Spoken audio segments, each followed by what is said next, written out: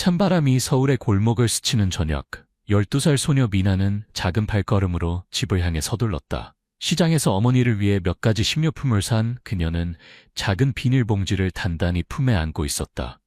미나의 어머니 윤지는 대기업 공장에서 일하며 늦게 귀가하는 날이 많았다. 그래서 미나는 혼자서 장을 보고 간단한 식사를 준비하는 것이 일상이 되었다. 하늘에는 옅은 구름이 드리워져 있었고 멀리 가로등이 흐릿하게 빛나고 있었다. 그때 미나는 공장 앞을 지나가다가 한 노인을 발견했다. 공장의 커다란 철문 옆에 누더기 옷을 입은 남자가 앉아 있었다.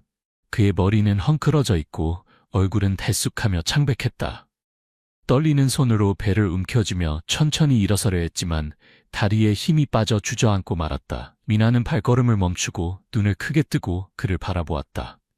길을 서두르는 사람들은 마치 그가 보이지 않는 것처럼 무시했고 공장 직원으로 보이는 중년 여성이 빠르게 지나갔다. 저기요, 저 할아버지 괜찮으세요? 미나가 여성에게 말을 걸었다.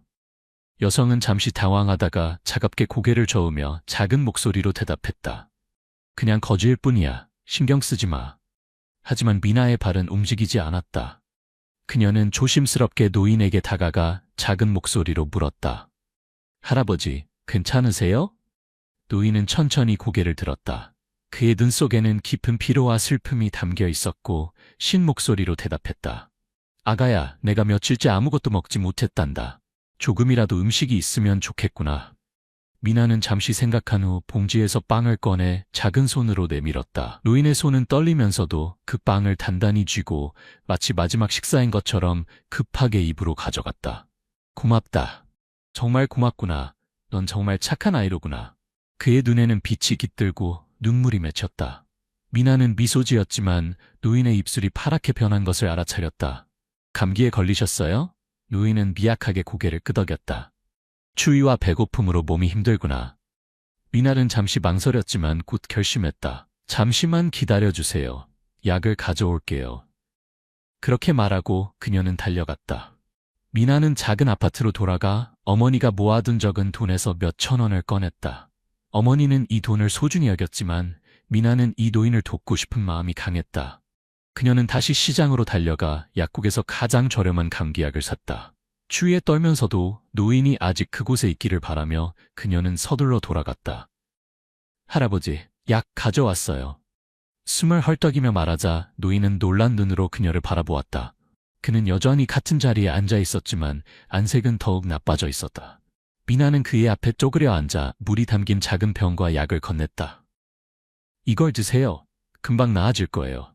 노인은 떨리는 손으로 약을 받아 천천히 삼켰다. 눈을 감고 잠시 조용히 있다가 이내 낮은 목소리로 중얼거렸다. 고맙구나. 고마워. 넌 정말 천사 같은 아이로구나. 그는 떨리는 손으로 미나의 머리를 살짝 쓰다듬었다. 신이 너에게 행운을 가져다 주길. 미나는 웃음을 지었지만 그 순간 노인의 눈 속에 이상한 빛이 깃든 것을 놓치지 않았다. 다음 날 아침 학교로 향하는 길에 미나는 다시 공장 앞을 지나갔다. 어제의 노인은 어떻게 지내고 있을까? 그녀의 마음에는 작은 불안과 기대가 섞여 있었다. 공장 문 앞에는 여전히 많은 노동자들이 출근하고 있었다.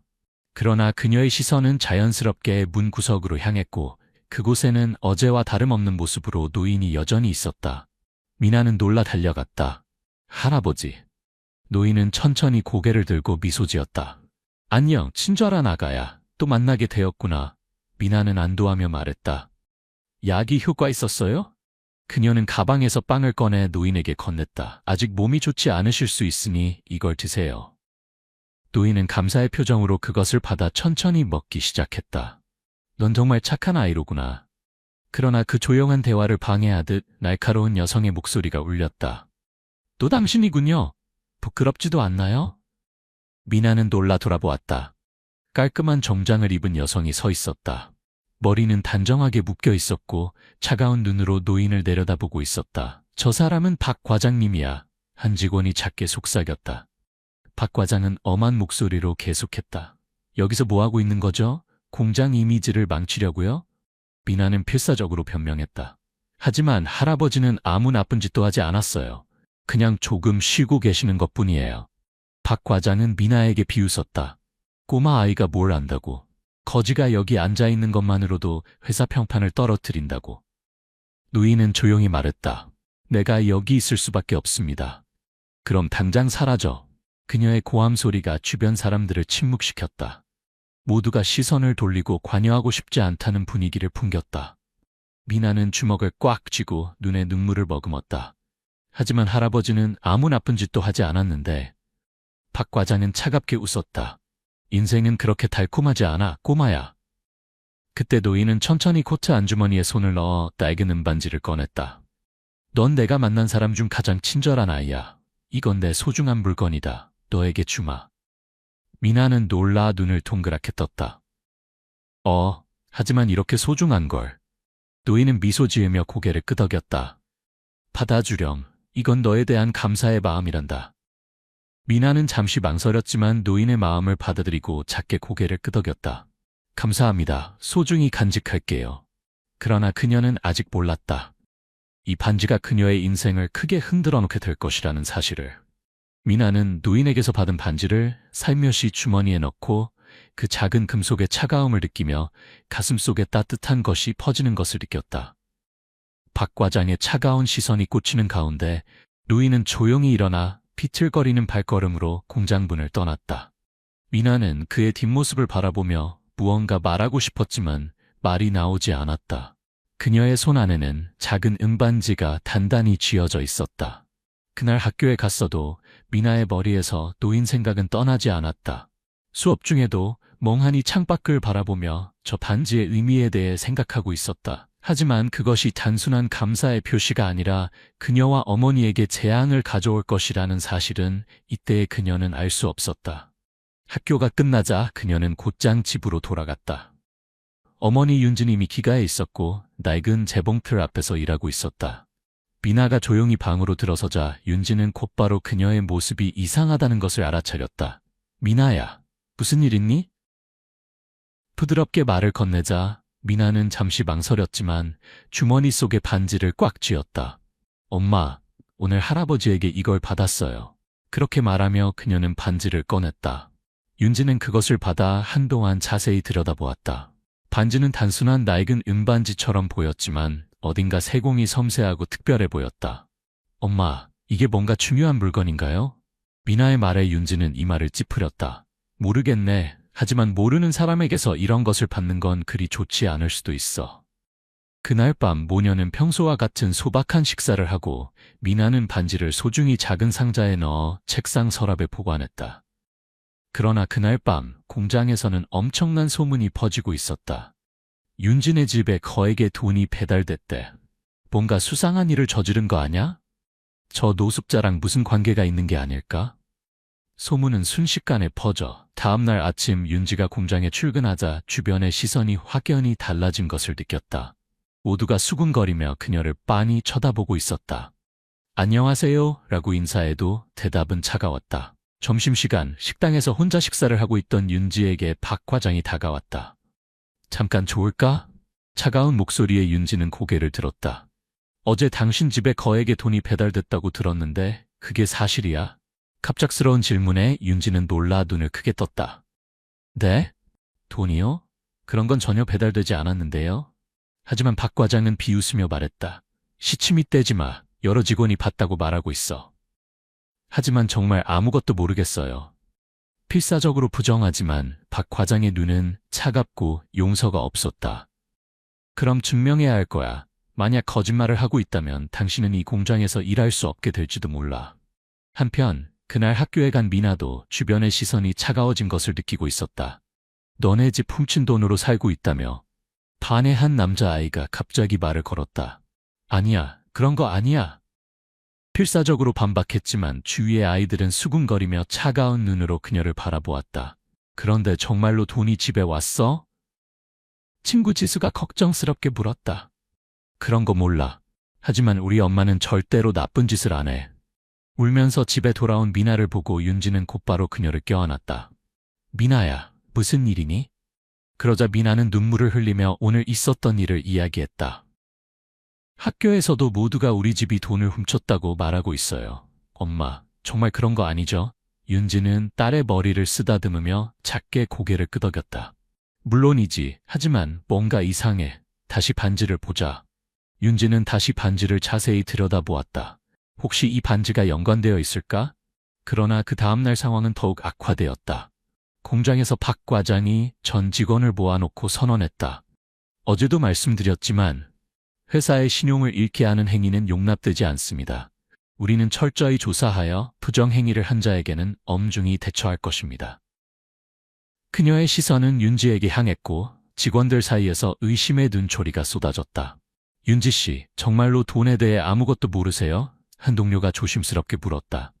정말 아무것도 모릅니다. 윤지는 필사적으로 대답했지만 아무도 믿어주지 않았다. 증거가 없으면 우리는 믿을 수 없어요. 그날 일을 마치고 귀가한 윤지는 한숨을 쉬며 의자에 덜썩 앉았다. 미나는 살며시 그녀에게 차를 건네며 말했다. 엄마, 이 반지 때문에 이런 일이 생긴 걸까요? 그럴지도 모르겠구나. 하지만 버리는 것도 뭔가 이상한 느낌이야. 둘은 잠시 조용히 생각에 잠겼다. 그때 미나가 문득 생각났다. 저기 엄마, 이 반지를 주신 할아버지를 만나면 뭔가 알 수 있지 않을까요? 다음 날 미나는 학교에 가기 전 공장 앞을 지나며 할아버지를 찾았다. 그러나 어디에도 모습은 보이지 않았다. 며칠을 계속 찾아봤지만 노인은 홀연히 사라져 버렸다. 마치 처음부터 존재하지 않았던 것처럼. 한편 공장에서는 윤지에 대한 의혹이 깊어만 갔고 마침내 박 과장은 최종 결정을 내렸다. 윤지 씨, 더 이상 당신의 의혹을 무시할 수 없습니다. 회사의 신용과 관련된 문제입니다. 경찰에 신고하겠습니다. 윤지의 얼굴이 창백해졌고 미나는 필사적으로 아니에요. 우리 엄마는 나쁜 사람이 아니에요 라고 외쳤다. 하지만 아무도 믿어주지 않았다. 그런 절망의 순간 갑자기 공장의 문이 열리고 한 남자가 천천히 들어왔다. 그 모습을 본 순간 미나의 눈이 크게 떠졌다. 저 할아버지. 하지만 그 남자는 예전처럼 누더기 옷을 입은 모습이 아니라 고급스러운 정장을 입고 있었고 마치 다른 사람 같았다. 공장 내가 조용해진 가운데 그는 천천히 입을 열었다. 여러분, 잠시 말씀드릴 것이 있습니다. 저는 단순한 거지가 아닙니다. 그 순간 분위기가 일변했다. 과연 이 남자의 정체는 무엇일까? 그리고 미나와 윤지에게 쏟아진 의혹을 해소할 수 있을까? 공장 안에 정적이 흘렀다. 모두의 시선이 갑자기 나타난 남자에게 집중되는 가운데 그 남자는 천천히 걸음을 옮겼다. 전에는 누더기 옷을 입고 떨고 있던 노인이었을 테지만 지금은 고급 정장을 입고 당당한 모습을 하고 있었다. 마치 전혀 다른 사람 같은 그의 변신에 직원들은 놀라움을 감추지 못했다. 미나는 눈을 크게 뜨고 작게 중얼거렸다. 하라. 하지만 남자는 부드럽게 미소만 지을 뿐 미나의 부름에 곧바로 대답하지 않았다. 그의 당당한 태도와 세련된 행동은 마치 오랜 경영자처럼 보였다. 그런 상황에서 박 과장이 한 발 앞으로 나와 험악한 표정으로 그를 노려보았다. 당신은 대체 누구시죠? 여기는 공장 관계자 외에는 출입을 금지하고 있습니다. 함부로 들어오다니 무슨 일입니까? 남자는 조용히 미소를 지은 채 공장의 직원들을 천천히 둘러보았다. 그리고 차분한 목소리로 말했다. 늦게 자기소개를 드렸군요. 저는 이 공장의 진짜 소유주 김준호입니다. 그 말이 떨어지는 순간 공장 안이 술렁였다. 직원들은 서로 기헥말을 나누며 모두가 믿을 수 없다는 표정을 지었다. 이 사람이? 모두가 소리를 낮추어 속삭이는 가운데 박 과장의 안색이 순식간에 변했다. 그런 말도 안 돼요. 당신이 이 공장에? 그녀의 목소리는 약간 떨리고 있었다. 김준호는 조용히 고개를 끄덕였다. 저는 오랫동안 이 공장을 그림자에서 지켜봐왔습니다. 하지만 직접 현장을 보고 직원들이 어떻게 일하고 있는지 확인하고 싶었습니다. 그래서 저는 잠시 동안 거지로 가장하여 이 공장 문 앞에 앉아 있었던 겁니다. 그 말에 놀라움의 목소리가 올라왔다. 그럼 그때 그 노인이. 미나는 숨을 삼켰다. 그가 말하는 것이 사실이라면 그녀가 도운 거지는 사실 대기업의 사장이었다는 말이 된다. 그러나 박 과장은 여전히 반론하려 했다. 그렇다면 왜 지금에 와서 정체를 밝히는 겁니까? 이 일과 무슨 관계가 있습니까? 그녀의 목소리에는 조조함이 묻어났다. 김준호는 날카로운 시선을 보냈다. 그것은 바로 여기 있는 소녀 미나 덕분이다. 그의 말에 미나는 놀랐고 주변의 시선이 그녀에게 모였다. 저요. 미나는 당황하며 중얼거렸다. 내가 거짓 모습을 하고 있을 때 아무도 나를 쳐다보지 않았어. 모두가 나를 보고도 곧바로 무시했고 때로는 욕설을 퍼붓는 사람도 있었지. 하지만 김준호는 미나를 부드러운 눈으로 바라보았다. 오직 이 소녀만이 내게 손을 내밀어 음식을 나누고 약을 사러 뛰어가고 나를 걱정해 주었지. 그녀의 순수한 마음에 나는 구원을 받았다. 그녀 같은 사람이 오늘날의 세상에 아직 있다는 것을 알고 희망을 느꼈다. 미나는 그 말에 가슴이 뜨거워졌다. 그녀는 단지 눈앞에서 어려움을 겪고 있는 사람을 돕고 싶었을 뿐이었다. 하지만 그것이 이런 형태로 평가받게 될 줄은 전혀 생각지 못했다. 그러나 장내의 분위기는 차츰 바뀌어갔다. 직원들 사이에서 그런 일이 있었어? 미나가 그렇게 대단한 일을 했구나. 라는 감탄의 목소리가 올라오기 시작했다. 한편 박 과장은 아직 포기하지 않았다. 그렇다고 해서 윤지 씨에게 거액의 돈이 보내진 것에 대한 설명이 되지 않아요. 어떤 오해가 있는 거겠죠? 이 건은 아직 조사가 필요합니다. 그녀는 마지막 저항을 시도했지만 김준호는 그 말을 가로막았다. 그 돈은 내가 보낸 거다. 순간 장소가 고요해졌다. 내가 윤지 씨의 집에 돈을 보낸 것은 그녀의 딸 미나가 내게 베풀어준 은혜에 보답하기 위해서였다. 미나의 행동은 순수했고 대가를 바라지 않았다. 그럼에도 나는 감사의 마음을 전하고 싶었던 것이다. 김준호는 차분한 목소리로 계속했다. 하지만 그것이 이런 소동을 일으키고 윤지 씨와 미나에게 힘든 시간을 보내게 한 것에 대해 깊이 사과드립니다. 윤지는 너무 놀라 아무 말도 할 수 없었다. 그녀는 단지 미나가 선의로 행동했을 뿐인데 이렇게 큰 파장을 일으킬 것이라고는 꿈에도 생각하지 못했다. 그리고 공장의 사람들은 점차 이해하기 시작했다. 아, 그런 일이었구나. 그럼 윤지 씨는 아무 잘못도 없는 거네요? 하지만 박 과장은 납득하지 않았다. 그녀는 초조하게 목소리를 높였다. 하지만 마음대로 회사 직원에게 거액을 보내는 것은 문제입니다. 그런 일을 인정해버리면 질서가 무너집니다. 그녀의 말에 김준호는 침착하게 대답했다. 질서가 무너진다고? 정말 그렇게 생각하는가? 그의 목소리에는 날카로움이 더해졌다. 당신이 하고 있던 것은 직원들을 감시하고 압박하고 약자를 짓밟는 것이 아니었는가? 당신은 공장의 이익을 지킨다는 명목으로 직원들을 괴롭혀왔던 것이 아닌가? 박 과장은 할 말을 잃었다. 직원들의 시선도 점차 그녀에게로 향하기 시작했다. 맞아, 박 과장님은 항상 너무 엄격했어. 그녀 때문에 그만둔 사람도 있다고 들었어. 우리도 언젠가 같은 일을 당할 수 있었을 거야. 수근거림이 퍼지고 박 과장의 얼굴색은 점점 창백해졌다. 김준호는 조용히 말했다. 나는 오늘 여기서 결정을 내린다. 박 과장, 당신은 오늘부로 해고다. 그 순간 공장 내에 놀라움의 소리가 퍼졌다. 해고? 정말로? 하지만 아무도 반론하는 사람은 없었다. 그만큼 그녀의 행동은 한계를 넘어섰던 것이다. 박 과장은 충격을 받고 뭔가를 말하려 했지만 이제 아무도 그녀의 편을 들어주는 사람은 없었다. 이윽고 그녀는 어깨를 떨구고 조용히 공장을 뒤로했다. 김준호는 다시 윤지와 미나를 향해 돌아섰다. 윤지 씨, 그리고 미나, 정말 미안했습니다. 앞으로 공장 환경을 개선하고 직원들이 안심하고 일할 수 있는 직장을 만들어 가겠다고 약속합니다. 윤지는 눈물을 흘리며 깊이 고개를 숙였다. 감사합니다. 미나도 가슴 가득한 감사를 담아 말했다. 할아버지, 아니, 김 사장님, 정말 감사합니다. 김준호는 미소를 지으며 작은 미나의 머리를 살짝 쓰다듬었다. 네가 알려주었어. 사람을 돕는 것이 얼마나 귀중한 것인지를. 그 말에 미나의 눈동자가 반짝반짝 빛났다. 거지였던 남자가 실은 대보였고 그녀의 작은 친절이 운명을 크게 바꾸어 놓았다는 것을 미나는 마음 깊이 실감했다. 공장 내의 분위기는 완전히 바뀌었고 박 과장이 어깨를 떨구고 떠나는 모습을 바라보며 미나는 가슴속에 묘한 감정을 품고 있었다. 그녀가 그저 친절한 마음으로 한 일이 이렇게 큰 일로 이어질 줄은 생각도 못했다. 미나의 어머니 윤지는 눈물을 닦으며 몇 번이고 깊이 고개를 숙이며 김준호에게 감사의 말을 전했다. 정말 감사합니다. 하지만 제가 한 일은 아무것도 없습니다. 아니에요, 윤지 씨. 당신은 훌륭한 어머니입니다. 미나가 이렇게 따뜻한 마음을 가지고 있는 것은 당신의 양육 방식이 좋았기 때문일 거예요. 김준호는 조용히 그렇게 말하며 부드럽게 미소 지었다.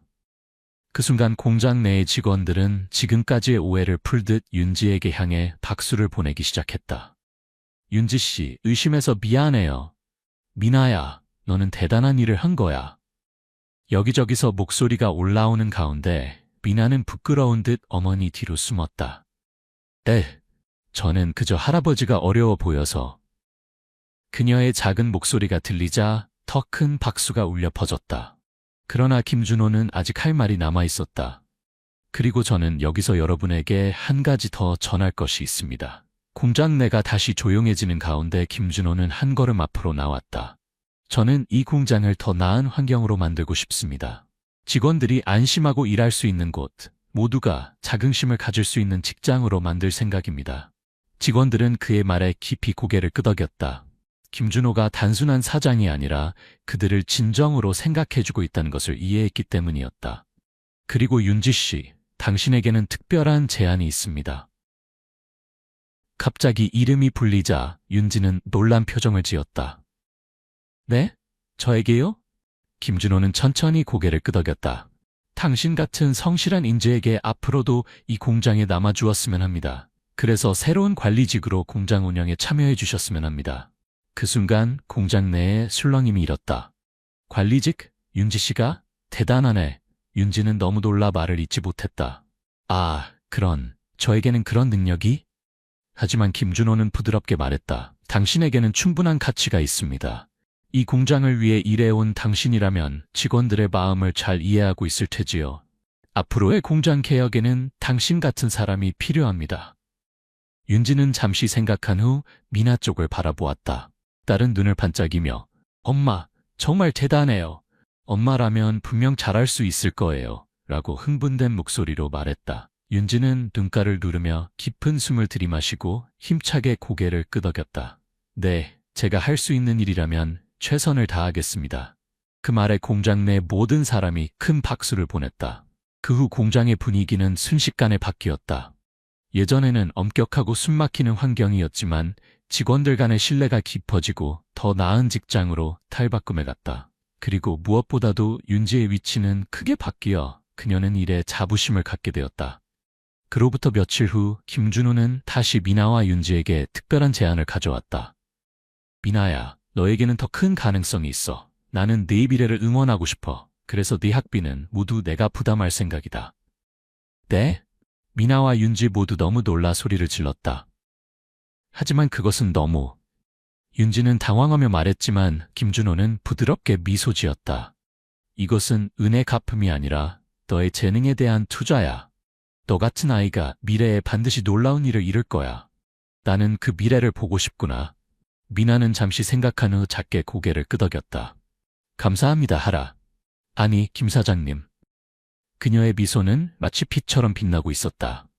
그 후 미나는 열심히 공부하며 더 나은 미래를 향해 걸어가기 시작했다. 그리고 공장 사람들도 역시 그녀의 순수한 친절을 잊지 않았다.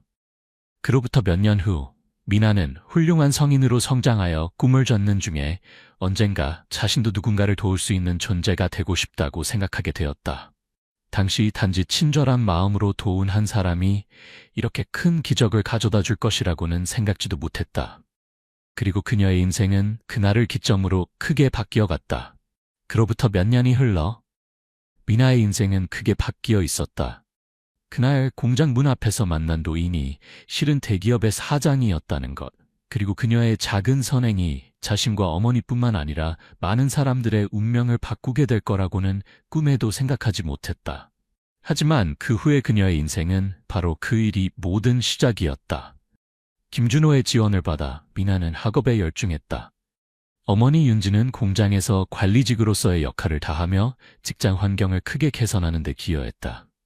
예전엔 엄격하고 차가운 공기가 흐르던 공장도 이제는 직원들이 서로 돕고 자부심을 가지고 일할 수 있는 곳으로 변해갔다. 미나는 학교에서 우수한 성적을 거두게 되었고 특히 수학과 과학에 관심을 가지기 시작했다. 어머니와 함께 보내는 시간은 줄었지만 그만큼 그녀는 성장하고 자신의 길을 찾는 데 모든 힘을 쏟았다. 그리고 무엇보다도 그녀는 결코 잊지 않았다. 사람을 돕는 것의 중요성을. 아무리 작은 행동이라도 그것이 누군가의 인생을 바꿀 수도 있다는 것을. 어느 날 고등학교를 졸업할 무렵이었다. 미나는 오랜만에 공장을 찾았다. 낯익은 장소, 낯익은 사람들.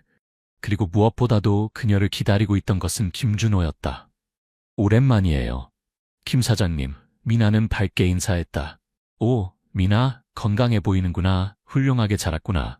김준호는 미소 지으며 한때 작았던 소녀가 이제는 완전히 어른이 된 모습을 보고 고개를 끄덕였다.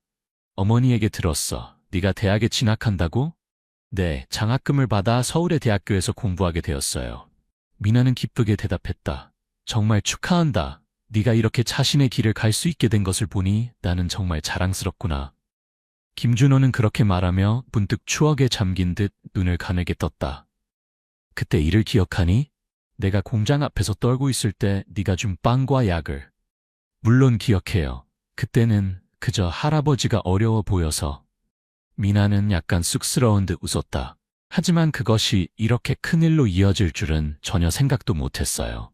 김준호는 조용히 고개를 끄덕이고 주머니에서 무언가를 꺼냈다. 그것은 그때 미나에게 건넸던 은반지였다. 이건 말이다. 지금도 나에게 소중한 물건이야.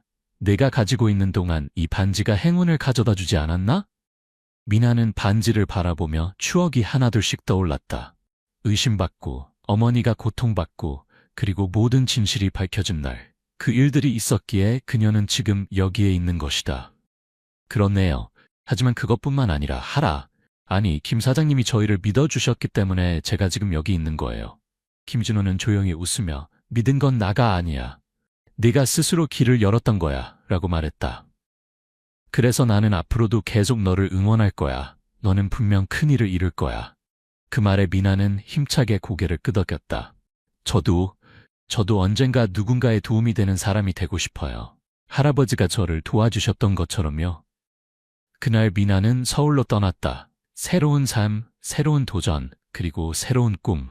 그녀의 마음에는 그날의 일이 확실히 새겨져 있었다. 그리고 그녀는 맹세했다. 아무리 멀리 가더라도 사람을 돕는 것을 잊지 않겠다고.